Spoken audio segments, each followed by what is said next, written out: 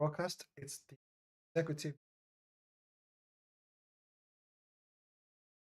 Want to go discourse or say part of which we started last week, titled discourse following. Want to dive call this one keeping, and you will see why. Right. So join us and associate. Also, come keep company with us. Right. So I'm reading from the same chapter, Matthew 8. This time I will take the reading from.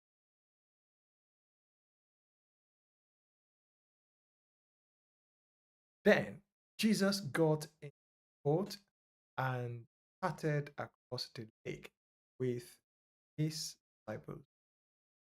Suddenly, a fierce storm struck the waves breaking in the boat, but Jesus was asleep. Disciples went and woke him up, shouting, Lord, save us. We are going to drown. Jesus responded, Why are you afraid? Have so little faith. Then got up, rebuked, and went. And suddenly, great disciples were amazed.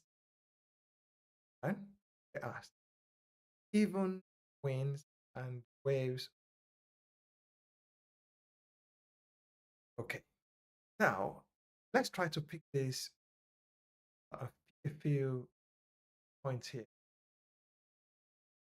Look at verse 20. Disciples got into the boat, started across the.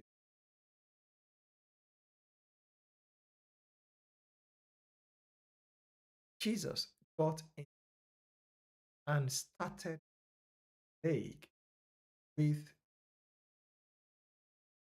what is observation here? I'd like you to observe something that looks to be insignificant. The temptation here to go straight spectacular and look at the bustling wind threatening to overturn the boat and the panic, sense of fear that seized heart and minds.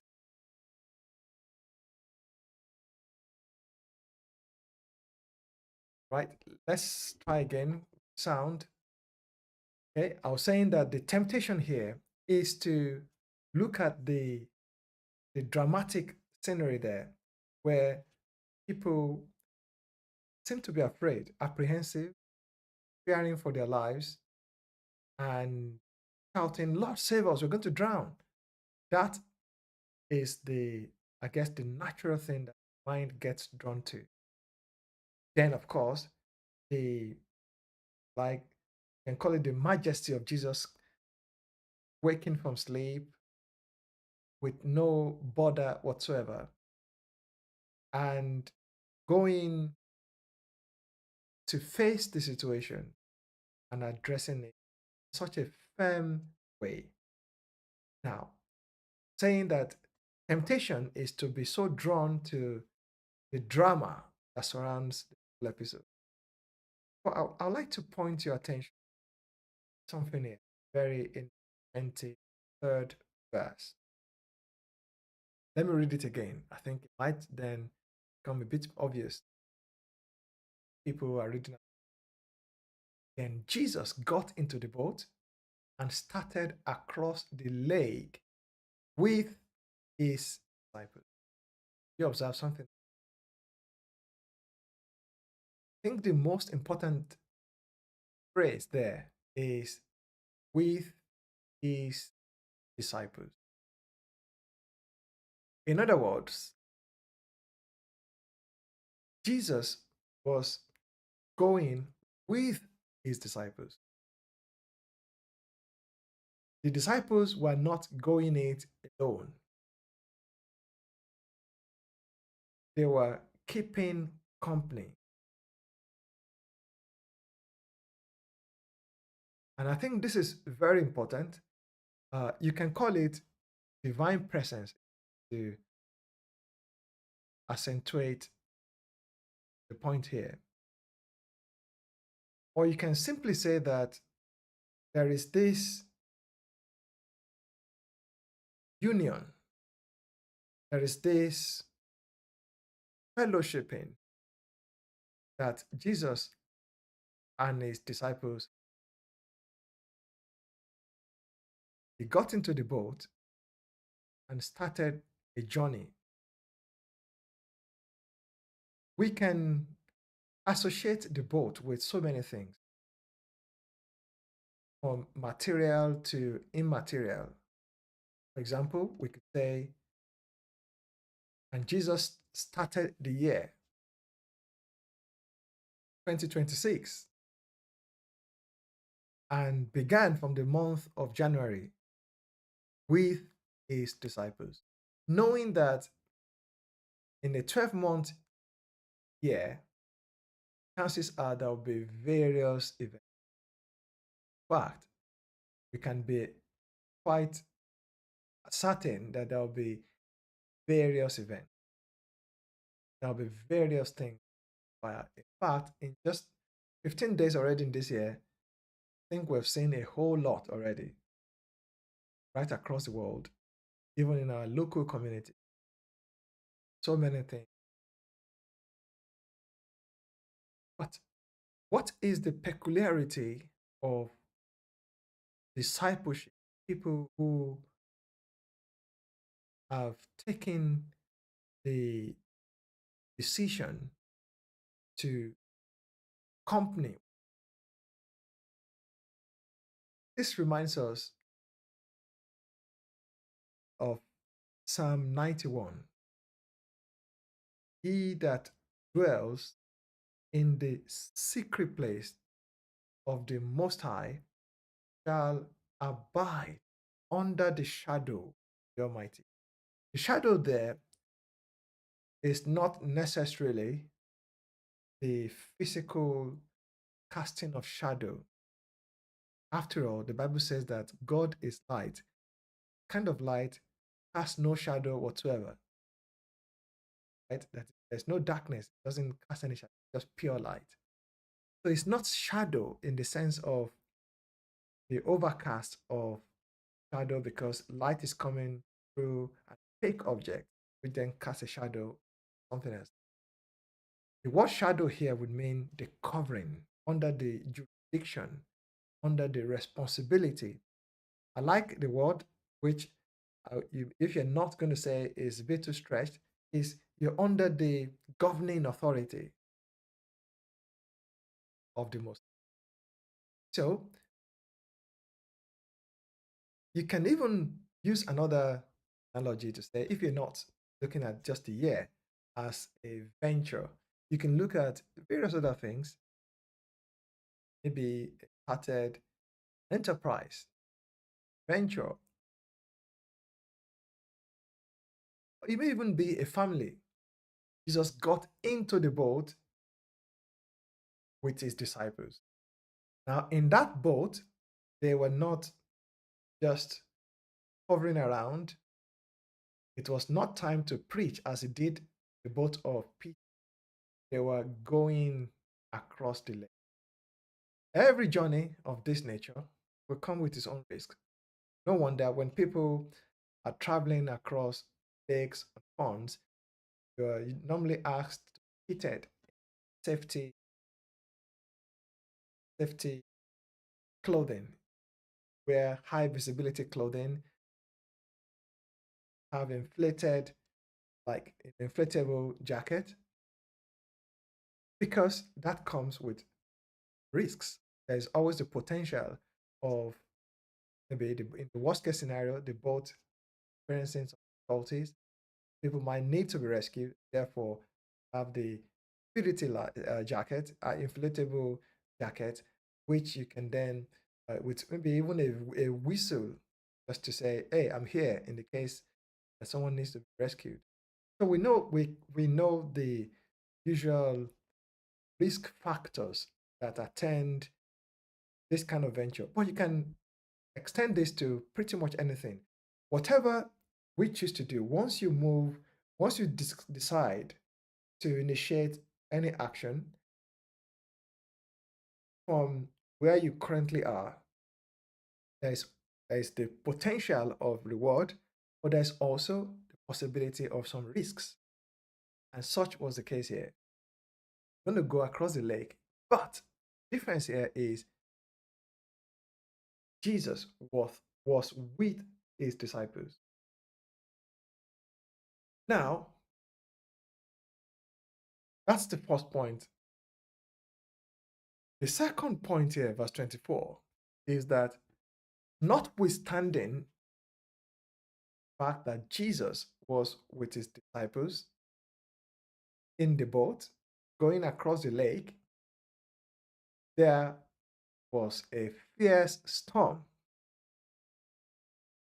nonetheless. But look at the nature of this. The fierce storm struck the lake. You can say struck the environment because the scenario may not be that of going across a lake. It may be various things that people endeavor to in the course of the year, the lifetime. The family may be with children, it may be the community, various things, right? Suddenly, a fierce storm struck the lake. That is, being with Jesus is no guarantee of plain sailing, like everything would just be hunky dory, no issues whatsoever. No, there still was a fierce, in fact, this storm was characterized as being fierce, a fierce storm that struck the lake. We're not told that the fierce storm struck the boat, because the fierce storm impacting on the environment, which then had effect on the boat, okay, with waves breaking into the boat. What caused this fierce storm? Who knows? Various things. Maybe just climatic conditions, environmental factors. Maybe if you want to um, expand this, you can say the activities of other human beings. You can say the activity of the evil one. So it could be anything at all instigating a fierce storm striking. But this fierce storm was not shying away from Jesus to say, "Oh, Jesus is there. Let me spare the lake." No, it was still impacting. And this is why sometimes when people assume that because I am so and so a disciple of Christ, I should not encounter any difficulty, well, that is unrealistic. The difficulty is not so much the issue as the fact that the preceding verse says that Jesus was with his disciples. Jesus got in the boat with his disciples. So the emphasis here is accompanying, being in company with Jesus. Is that uh, the traveling together with Jesus? That is the highest priority here. The episode we did last week probably said at this a bit when Jesus was telling the various people asking to follow him or to go do other things. Was saying, let me tell you, the priority here is follow me now. I'm going back to verse 23, this same chapter. Another of his disciples said, Lord, first let me return home and bury my father. But Jesus told him, follow him now. Now, if this disciple was indeed following Jesus and happened to be in this boat, might he have said, oh, if only I had known, I should have just gone and go to my family first. Maybe I will have escaped this storm. It would have looked temporarily like he made the wrong decision. Don't you think so? Might have thought, oh, I shouldn't have followed Jesus. I should really have gone away. And maybe I would not have been in this scenario, in this situation. So sometimes you think, oh, I've taken a decision. Well, oftentimes we are presented with multiple decisions, and we would ultimately have to commit to one decision over the other. And when you then commit to that one, you think, oh, maybe I shouldn't have, because there was situation, challenge. But look at Jesus' word to him, follow me now. That is, the matter of discipleship is really following him. We started to talk about last week. And more so, being with him. Verse 23 goes on to say, then Jesus got in the boat, started across the lake with his disciples.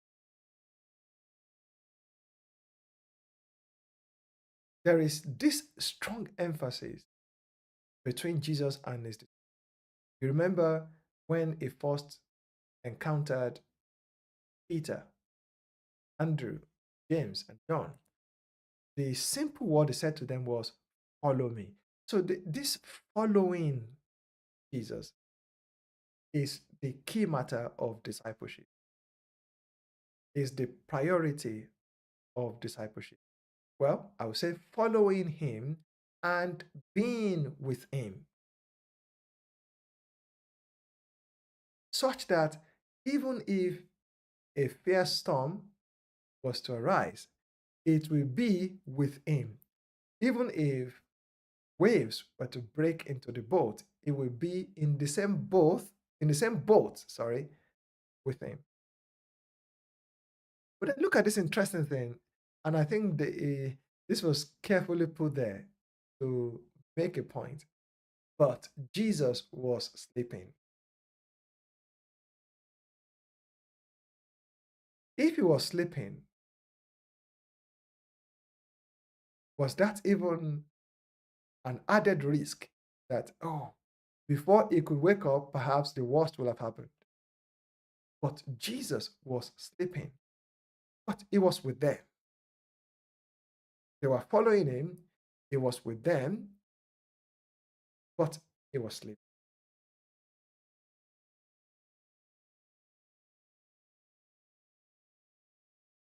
Well, if I'm to get into the head of the disciples, they probably think, well, we did not want to follow before. You are the one that asked us to follow you, so you are responsible for us. In other words, the government is on your shoulders. You are responsible for resolving our issues. You are responsible for sorting us out. You are responsible for attending to our situation.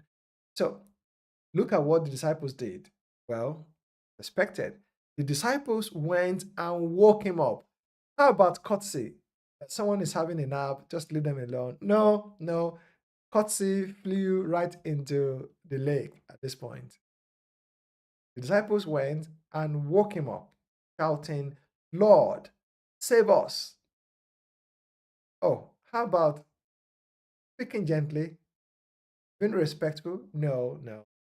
Here, these guys were not interested in any form of courtesy or being gentlemen. No, they just strictly went for it. Shouting, Lord, save us. We're going to drown. Well, these individuals were afraid, no doubt about it. And now, well, it's obvious. Look at the next verse. Jesus responded, why are you?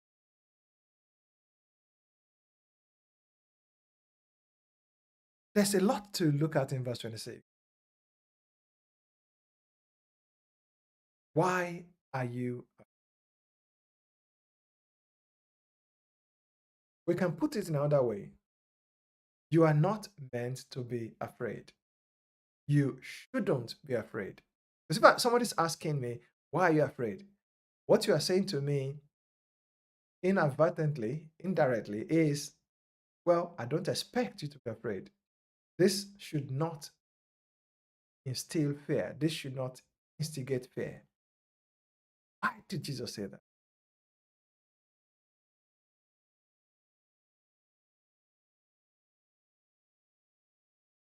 Could Psalm 23 give us a hint?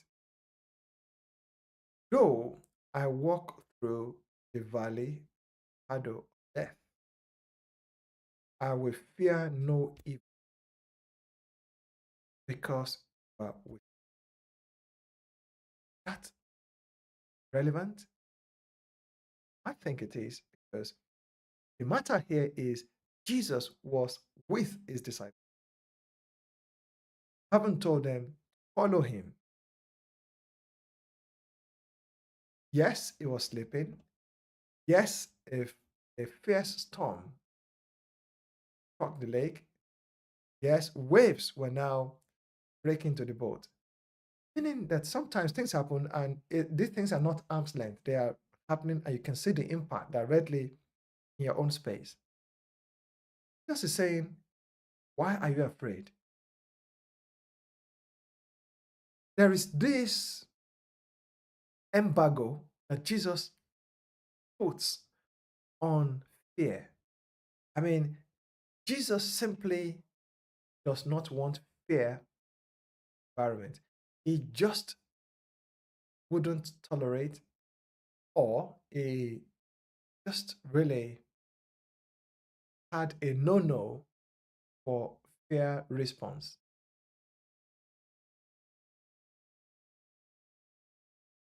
Why are you afraid? So you're saying, assuming something, the economy isn't is troubled, then not be afraid. Assuming there is an impending matter that, look, it looks like if this is not resolved, all hell will break loose. It still says, why are you afraid? Let me ask a question. I want to speak to everyday people. Is Jesus saying that there is absolutely no reason to be afraid?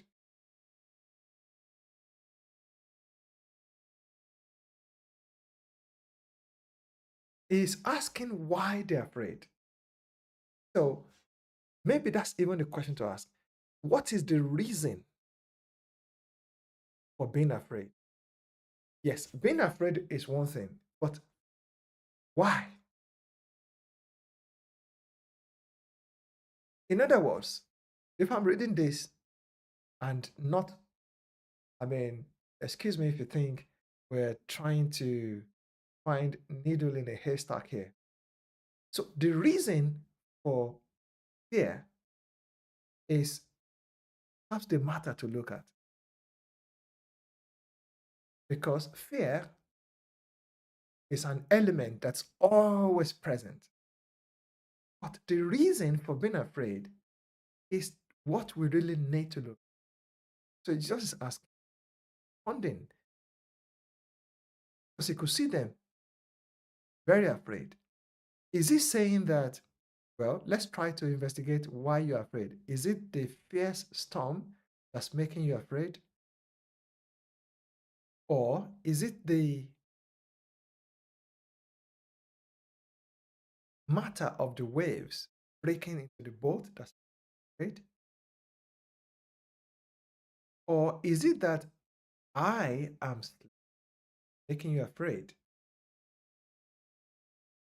There has to be the root cause of fear. That's what Jesus is saying. Why are you? And if we are to hear Jesus sound into our heart, we should try to answer that question and be very honest with him. So, why are you?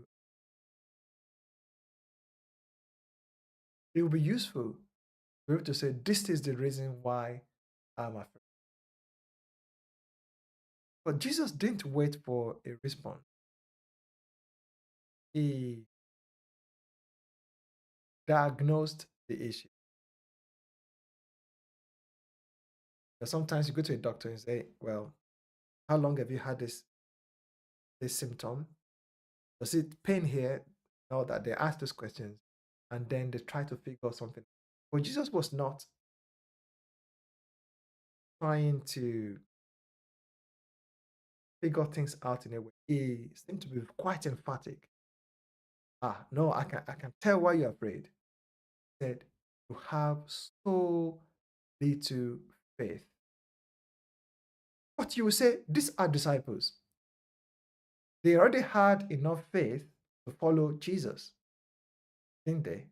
After all, some of these people were fishermen who had their own businesses and they left all that and followed Jesus. Wasn't that enough evidence of being faithful, of having faith, to have done all that? Even leaving their families in some instances, because we know about Peter. Peter had a Mrs. Peter, Simon, or Mrs. Cephas, whatever name you want to give to Peter. I was certainly Mr. John Zebedee and Mr. James Zebedee. And this is also a Mr. Iscariot. Sure. There are so many of these people there which means that they have family members. Whether they all were married or not, we don't know. But we know Peter was married. John and James, maybe not. We don't know. But they must have left family behind. Well, at least we know they had their father. They left their father behind. So that it must have taken some faith to leave the familiar arrangements, follow Jesus, who they couldn't necessarily tell where he was going and if his mission would be successful. It was a risk for them to have done that. And they must have overcome some fear. Maybe people have told them, hey, you are wasting your time. Why are you doing this? This is foolishness. You're going to come back regretting it. Maybe. And this man that wanted to go and sort out a family situation in verse 22, maybe people have felt angry about that. Even your father is diseased and you couldn't come. You're such a bad son. These are risks that they've all taken. So it would be hard for him to go to the family house and say, hello guys, I'm back. They say, where are you coming from? Go back to where you came from. Couldn't even honor your father. So all of these things. And the scribe that said, Lord, I'd like to follow you. And Jesus said, hey, don't have, can guarantee anything. I said, okay, thank you, Jesus. I will do something else. He must have thought, I escaped that. So, sorry, I'm drilling into this. We should examine scriptures, we should investigate scripture so that we can really draw out the juice. It says, hey, you have so little faith. But I'm just quipping. Are you saying that all that they've done so far didn't show that these are already people with faith? But he's saying, hey, you are afraid because of so. It means then that matter of faith is not something historical. We can say, because I did this some time back, therefore I'm a person of faith, and therefore I always have faith. In fact, maybe that word, a person of faith, should be seldom used because you're trying to like resting on some decision that's been taken either by somebody else or by you. Somebody might have been born into some religion, and then you call that person a person of faith. Well, maybe that was not even your choice in the first instance. Or if you made the choice, it was made as a historical fact. But Jesus is not saying, oh, because you followed me sometime back, therefore you have faith. No, he's saying, right now, right here, you're afraid. And the reason why that is that you have little faith. So the matter of faith is a current maintenance item. It's a present, in fact, you can say it's a present tense item. That is, my response right now is what counts, is what matters to determine whether or not I have faith or so little faith or none at all. Or I'll read it once more and I'll move. Just responded, why are you afraid? You have. He answered his own question. Well, he did not try to give them faith. I don't even think Jesus ever tried to give anybody faith. But I recall when somebody says, Lord, increase our faith, Jesus did not answer and say, come and take some faith. He didn't do that. Saying, hey, whatever you have in your heart is enough. It's about you making a determination. If you say to the mountain, be removed, though your faith as tiny as mustard seed, that would be to you. He talked about the resoluteness. So he never tried to give anybody faith. In fact, I don't recall anywhere in scripture where maybe he gave Abraham faith or gave Noah faith or Daniel faith. I think it was a decision. It was it's it wasn't faith as it were, wasn't so much of a gift. None of the instances that we have seen. Anyway, so little faith. Then he got up. He didn't, instead of saying, now let me give you some faith so that you can now go back and be calm. No, he got up and rebuked the wind. And suddenly, this is the second suddenly. We're saying the first suddenly was in chapter 24. Suddenly, a fierce storm struck the lake. Now, this time, another suddenly. Maybe we can assume that whatever comes suddenly will also leave suddenly. Well, maybe not enough. Just saying. I'm just trying to uh, draw a parallel between the first suddenly and the second suddenly. Then he got up and rebuked the wind and waves. And suddenly there was great, that is super interesting. Suddenly there was great, just as suddenly stormy wind arose. But this time there was a great calm. Okay, what then? The disciples were amazed. Okay. Before they were afraid. Now they were amazed. Okay. Afraid, amazed. But none of this, Jesus didn't have this undulating heart responses. He wasn't afraid and he wasn't amazed. And you can answer this question: was Jesus afraid when because there was wind? Because the waves were beating against the boat? No, it wasn't. Was he amazed that now suddenly there was a great calm? No. So there's this, it's as if, and I wonder, doesn't Jesus have any feeling or these emotional responses?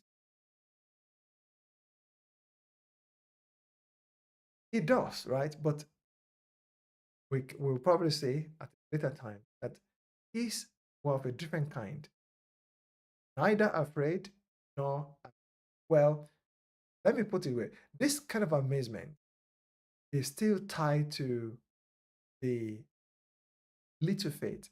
Is the kind of amazement that says, huh, happened? All tying back to the fact that they had little faith. So their, their fear was a little faith response. Their amazement was also a little faith response. Just did not say you don't have any faith, saying you have so little faith. And when you say you have little faith, it's not a it's not a quantitative description. It's actually saying you have no confidence. You have no confidence in the fact that I am with you. Go back to where we started from. Then Jesus got into the boat and started across the lake with disciples.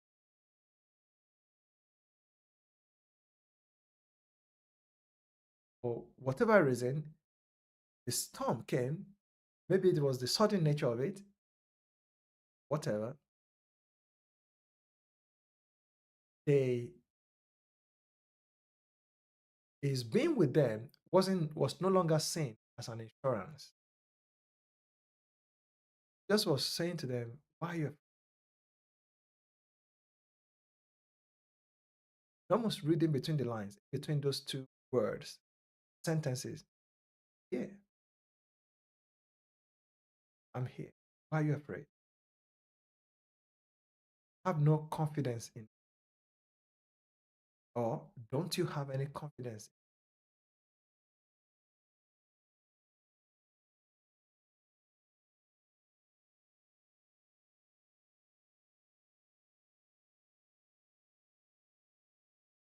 Why have you lost confidence in me?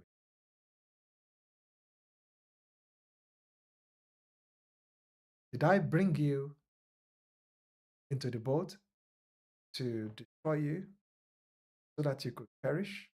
Because look at what they're saying. Lord, save us. We're going to drown. Did I bring you into the boat to drown you? That what you that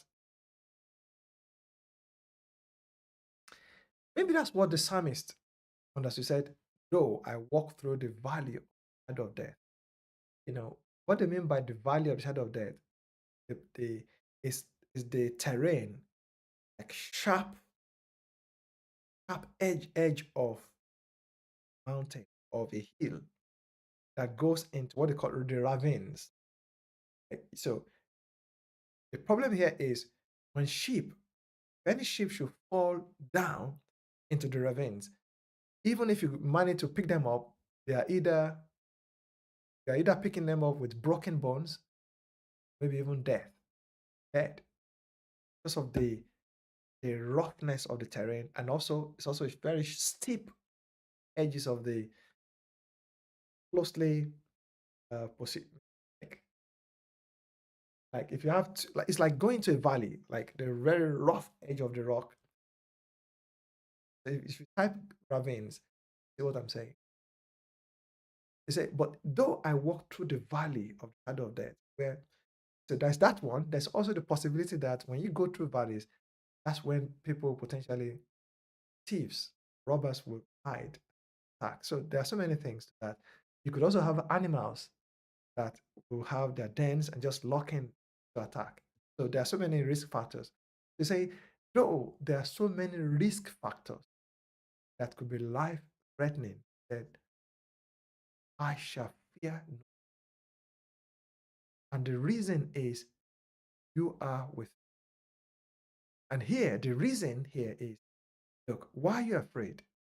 You not place any importance on the fact that I am with you. Jesus was with you. And even though his name is called Yehoshua, which means the Lord saves, you don't even have any trust. saying, why have you lost trust in me? Why don't you have any confidence in trust? So first matter of his presence, there's a second matter of his name. But both of these mean nothing to you. All you are thinking is you're going to drown in the situation. Drown.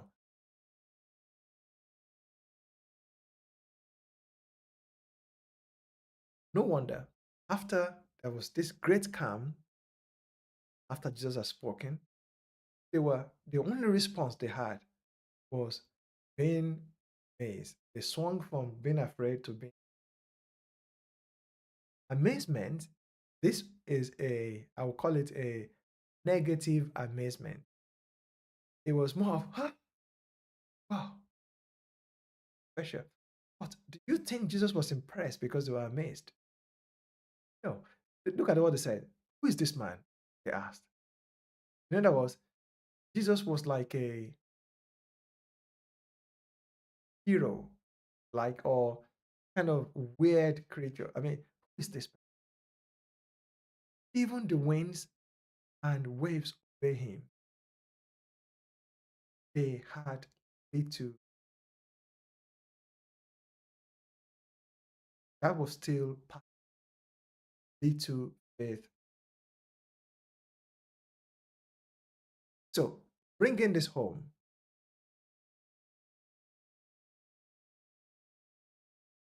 number one, we are disciples.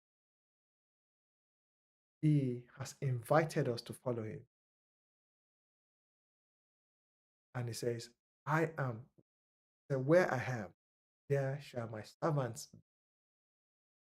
And we face things, many challenges, great and small. And it often appears as if Jesus is not even paying attention. Like you're wondering, Jesus, aren't you going to respond to this? Look, I'm facing a deadline. I'm facing this. This is threatening. And oftentimes it appears as if Jesus, don't sleep on my case. I mean, you're sleeping. I'm not seeing your hand. God, where are you?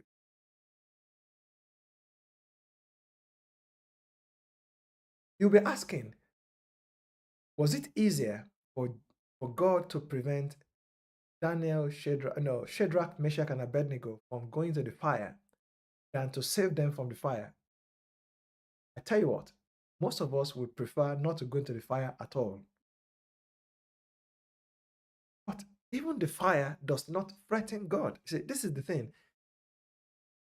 It would have been easier to say, God, don't make Daniel to go into the den of lions. But was God afraid? Was God threatened? How about the friends of Daniel? Oh my God, they will have been really afraid that, oh, our friend is gone. And Jesus and God did not stop them. Rather, God chose to be with those three gentlemen in the fire, just like He was with them here in the right in the boat where the storm was raging, and it was. If Jesus was as driven by their urgency, the first thing would have said, "Hey, oh, where's the wind?" No, He didn't say that. First, He addressed His disciples. Now, is this part of the training of the disciples? Don't forget, the words of Jesus said, "It is enough that the disciple become as or as his teacher." So, since a discipleship relationship is first and foremost about teaching, teaching in order to transform the student, is this really the goal, the objective of saying, follow me now, be with me? Because there are things I need to teach you. In fact, let me use another word. There are things I need to transfer to you to transform your heart, your mind. I think that beyond the matter of teaching, discipleship is of a transfer of life, the extent that it transforms the life that received it. It goes beyond teaching. If it is teaching, then it is certainly teaching for transformation. But the teaching is not just matter of passing word. It's actually passing life, is passing example, is showing the, the student how they are to how they are to respond, how they are to be changed. And this is the key thing about the discipleship of Christ, like kingdom discipleship, that he most importantly wants to transform us so that we then see things like him. We then are able to into his shoes. No wonder afterwards he said, now all authority mine, you go. You can now go. Your apprenticeship as complete now. You can go. And at that time, he was not just concerned that, oh, would they fair? No, he knew they'll be okay. This is the matter that we're considering today. Jesus does not want to be so special and spectacular to us. That again comes from this matter of people who live in fear and have no confidence. Jesus is not interested in us being like overawed with him and say, oh, Jesus, only you. Oh, you are one of a kind. That is an emotional response driven out of fear and little confidence in him. He's saying, no, no, no. You too come and walk on the water. This is the point. I mean, and I'm not, I will just wrap this up. Say this quick. When Jesus told Peter, you come walk on the water, I think that broke a particular barrier to say, I don't want to be special, Peter. You do what I'm doing. The works that I do, you do because you believe, and even greater works, because I don't know what situation is going to come, but you're going to respond to it. This is the critical matter of discipleship. For the non-disciples who are always saying, Lord, show us a sign. Yeah, they can always be afraid. They can always be amazed. But just saying, look, we're not interested in giving you signs because we're not magicians. We're not trying to impress you. We're trying to impress upon you that you are missing your life. You already lost a kind of life, and we want to restore that back to you. That's what that transformation is about. Let's restore back your original life to you so that the things that make you afraid or amazed, just respond to them calmly, as if you're waking from sleep.